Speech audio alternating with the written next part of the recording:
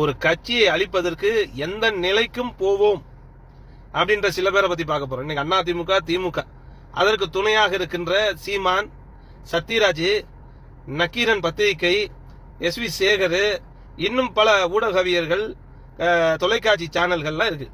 இன்னைக்கு சீமான் பெரிய யோகியனா? சீமான் வந்த நேரத்தில், அரசியலுக்கு வந்த காலகட்டங்கள் இலங்கை தமிழின் போர்க்கால பிரச்சனைகள் இருந்த காலம். அன்னைக்கு தவறான வழி நடத்தி எத்தனை உயிர்கள் போச்சு தெரியுமா? சீமான்னால ஒரு இடத்துக்கு நிகழ்ச்சிக்கு போறாரு, அந்த போராட்டத்தில் ஒரு தம்பி கூட இருக்கான். அவன் வந்து கேட்கறானே, என்ன செய்யணும்னு, நீ மரணை ஊத்தி செத்தா ஏதாவது பிரச்சனை தீருன்னு போயிட்டாரு. அடுத்த நிமிஷம் அவன் பெட்ரோல் ஊத்தி கொளுத்திக்கிறான். இது நடந்த சம்பவம் பத்திரிகையில எல்லாத்துக்கும் வந்திருக்கு. அந்த நிகழ்ச்சியை வீடியோ பதிவு யூடியூப்ல இருக்கு. அவ்வளவு மோசமான மக்களுடைய, இளைஞர்களுடைய உணர்ச்சியை தூண்டி பல பேரை வந்து தீக்குளிக்க வச்சவன் தான் இந்த சீமான். இன்னைக்கு இருக்கிற நாம் தமிழர் கட்சிக்கான தெரியாது. ஆரம்ப காலத்தில் நாம் தமிழர் வந்தப்ப நீ போய் பாரு. அதை வன்மையாக கண்டிச்சவன் தான் இன்னைக்கு இருக்கிற பத்திரிகை விமர்சகர் ஆவடை குமார். இன்னைக்கு இருக்கிற அரசியல் விமர்சகர் என்ற பேர்ல இருக்கிற அந்த ஆள் தான். நான் இதை ஏன் சொல்றேன்னா, இன்னைக்கு சத்யராஜ் பேசுறாரு, தப்பு செஞ்சவன் திருந்தனும், தவறு செய்தவன் திருந்தனும், வருந்திக்கணும் அப்படின்னு கடைசியில அச்சி அப்படின்னு முடிக்கிறார். இது எவ்வளவு பெரிய ஒரு இழுக்கான செயல் தெரியுமா? ஒரு அபமானத்தினுடைய சின்னம் சத்யராஜுக்கு. சக நடிகன் ஒரு அரசியல் தலைவர் கட்சியை தொடங்கி இருக்கிறான். ஒரு தவறு நடந்துருச்சு, அந்த தவறை எப்படி திருத்திக் கொள்ள வேண்டும், தன் ஒரு வயதுக்கு எப்படி அறிகுறைகளை கூற வேண்டும் இல்லாம ஒரு விமர்சன பேர்ல இவ்வளவு இழிவாக நடந்து கொண்ட சத்யராஜுக்கு இனி எல்லாம் மரியாதையே கிடையாது.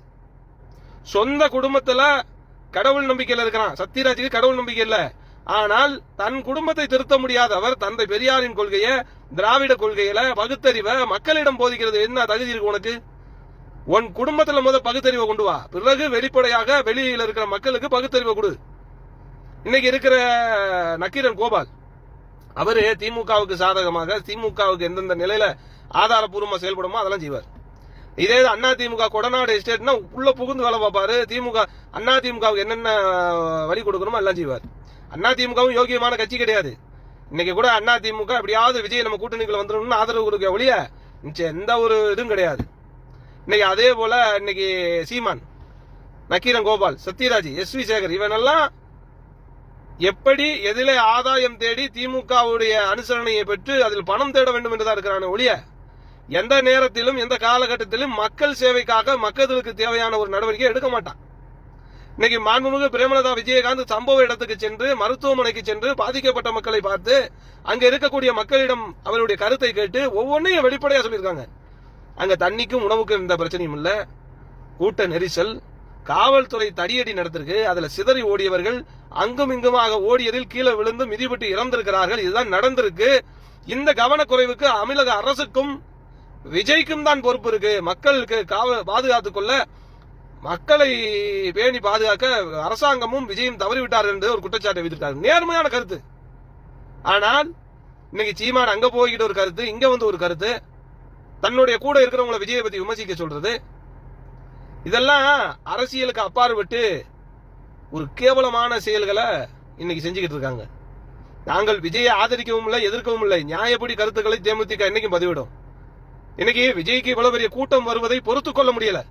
அதற்காக மக்களிடையே ஊடுருவி சென்று மக்களோட மக்களாக இருந்து கொண்டு தவறை இழைத்துவிட்டு, மருத்துவமனையில் நாங்கள் தான் காவல் பாதுகாக்கிறோம் என்ற பெயரில் நாடகம் நடித்துவிட்டு, நீதிமன்றம் மூலமாக, காவல் நிலையம் மூலமாக அழுத்தத்தை கொடுத்துவிட்டு, இன்றைக்கு உத்தமர்கள் போல எங்களுக்கு எதுவும் தெரியாது போல தமிழக அரசு உட்கார்ந்துருக்கு. இதற்கு மீறி பதிவு போடுவர்கள் எல்லாம், தமிழக அரசுக்கு எதிராக பதிவு போடுவர்கள் எல்லாத்தையும் கைது பண்றது. மக்கள் உரிமை, மக்கள் கருத்துக்களை பேசும்போது நீ ஏன் கைது பண்ற? சர்வாதிகாரமா இன்னைக்கு மாதேஷ் பண்றீங்க, எல்லா யூடியூபாளரையும் கைது பண்றீங்க. ஏன்? மக்களுடைய கருத்தை மக்கள் பேசுகிறார்கள், அவர்கள் பார்க்க போறாங்க. இன்னைக்கு யூடியூப்ல இருக்கக்கூடிய பிரபலங்களை எல்லாம் எடுத்துக்கொண்டு விஜய்க்கு எதிராக பேசினால் பணம் தருவது, அந்த யூடியூபர்களை எல்லாம் திமுக ஆதரவாளராக மாற்றுவது, அவருடைய சின்னம், அவருடைய கொள்கையை பரப்புவது போல ஒரு பிம்பத்தை கட்டி கொண்டிருக்கிறார்கள். ஆனா இவ்வளவு பெரிய ஓட்டம் இருக்கு.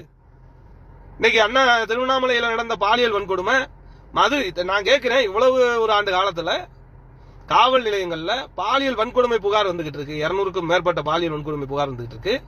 அது போக விபத்தினுடைய இது வந்துகிட்டு இருக்கு. கொலை வழக்கு, கொலை முயற்சி, கொலை நடந்த சம்பவப்பட்ட வழக்குகள் எல்லாம் வந்துகிட்டு இருக்கு. 300க்கும் மேற்பட்ட வழக்குகள் வந்துகிட்டு இருக்கு. ஆனா ஒரு இடத்துல கூட கஞ்சா வழக்கோ மது விற்பனையில் வழக்கோ இல்ல கள்ள சந்தையில விற்கக்கூடிய பொருட்களுடைய வழக்கே வரவே இல்லையே. ஏன் அப்படி? ஏன்னா இந்த அரசு எந்தெந்த வழக்குகளை போடணும், எப்படி போடணும் என்பதை காவல் நிலையத்தை சொல்லுதே தவிர மக்களை எப்படி பாதுகாக்க வேண்டும், மக்கள் செல்கின்ற இடத்தில் எவ்வளவு அஜாக்கிரதையாக இருக்கக்கூடாது, மக்களுக்கு எந்த தொந்தரவும் வந்துவிடக்கூடாது என்ற ஆணை பிறப்பதே இல்லை.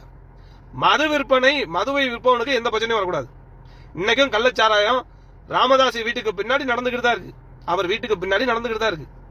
ஆனால் இந்த தமிழக அரசும் பாமகவும் எந்த கட்சியும் கண்டுகொள்வதே இல்லை.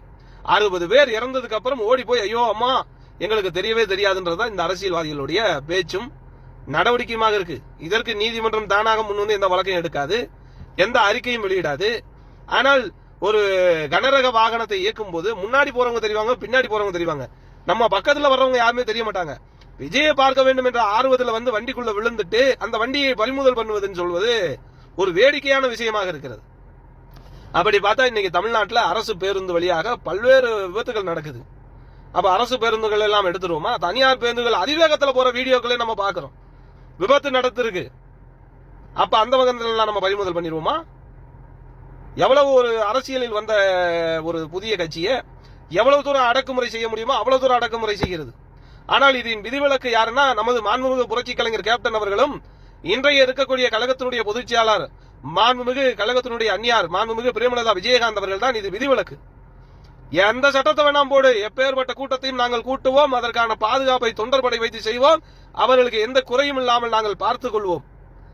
இந்த மக்களின் சொல்லில்லாத துயரத்தின் போது, பேரிடமின் போது மக்களின் குரலுக்கு செவிசாய்த்து வந்து நிற்கக்கூடிய ஒரு கட்சி இயக்கம் தேமுதிக ஒன்று மட்டும்தான். இன்னும் சொல்ல போனால் எந்த அரசியல் தலைவர்களையும் விமர்சிக்காத கட்சி, ஆனால் அவர்கள் தவறு செய்தால் அதை சட்டத்திற்கு முன் எடுத்துரைக்க வேண்டிய பொறுப்பும் கடமையும் கொண்ட கட்சி.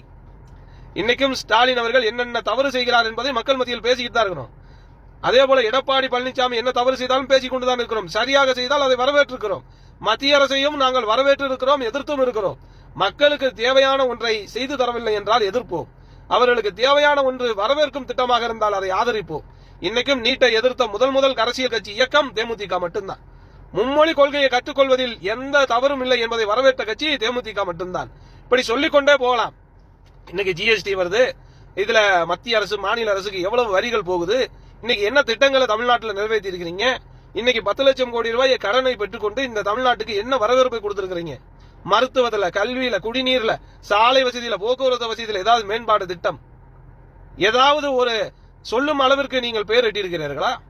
எம்ஜிஆர் அண்ணாவுக்கு பிறகு காமராஜருக்கு பிறகு சொல்லுகின்ற திட்டம் ஏதாவது ஒண்ணு இருக்கா? இன்னைக்கு விஜயகாந்தனுடைய தேர்தல் அறிக்கை தான் இந்தியா முழுவதும் பேசும் திட்டமாக இருக்கிறது. அது கல்வி திட்டமாக இருந்தாலும் மக்களின் திட்டமாக இருந்தாலும் எந்த திட்டமாக இருந்தாலும் அந்த கொள்கை அறிக்கையிலிருந்து தான் நீங்க செய்றீங்க. ஆக தேசிய முற்போக்கு திராவிட கழகம் என்றோ வென்று விட்டது. தமிழ்நாடு மக்கள் ஓட்டளித்தல்ல, மக்களின் நினைவுகளில் தேர்தல் அறிக்கையில் நாங்கள் வென்று கொண்டிருக்கிறோம்.